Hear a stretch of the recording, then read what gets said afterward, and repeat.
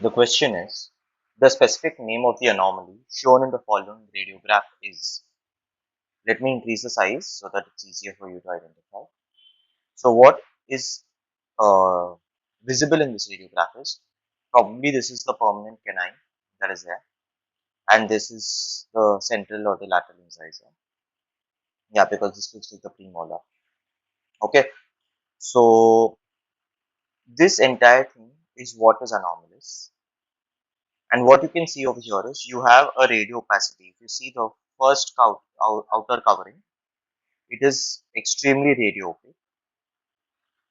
Then you have a very thin line which is there over here, visible over here. So you have a very thin line of radiolucency. Then again you have a thick line of radio opacity.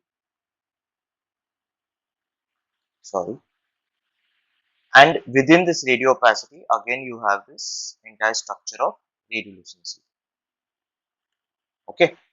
So basically, you have radio opaque, radio opaque, radiolucent, and it all looks like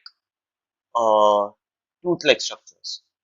Okay, so what you can see, whatever is in yellow is the crown of a tooth. Then within the crown, you have a small radiolucency. Again, within that radiolucency, again you have a tooth-like appearance because see, this is radio opaque, the yellow one, and whatever I'm drawing in pink again is radio opaque and looks like a tooth. So basically, it is a tooth present within a tooth, or it is giving the appearance of a tooth within a tooth. What is this tooth within a tooth? It is nothing but uh, dens invaginatus or dens invaginatus. So this is basically what is called as tooth within a tooth. It is also known as a dilated odontome, which is the answer to the question over here. Now, a few things about dilated odontome or uh, dens invaginatus is Oler, O-H-L-E-R. Oler was the one who gave this classification. He classified based on the amount of invagination that is present.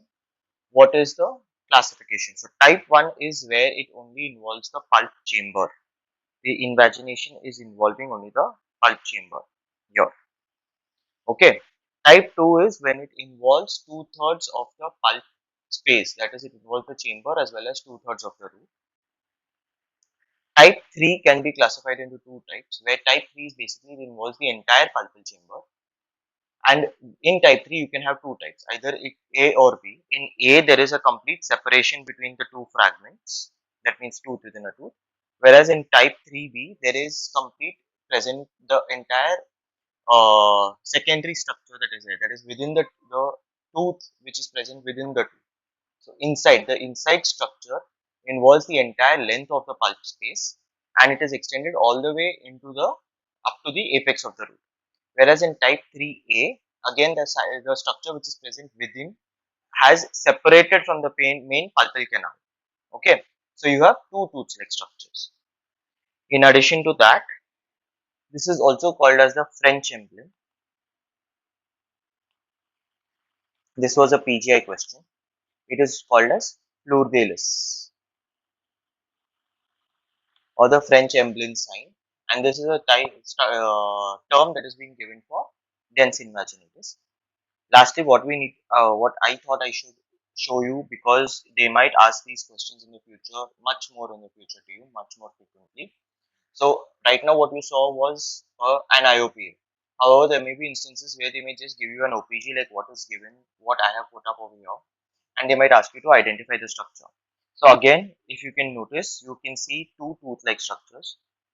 The one on the outside is green, whereas the one again inside, you can see that it is highly radio opaque. That means this amount of radio opacity is attributed to enamel. So you have enamel which is present both outside as well as again within the pulp chamber, as in the level of radio opacity.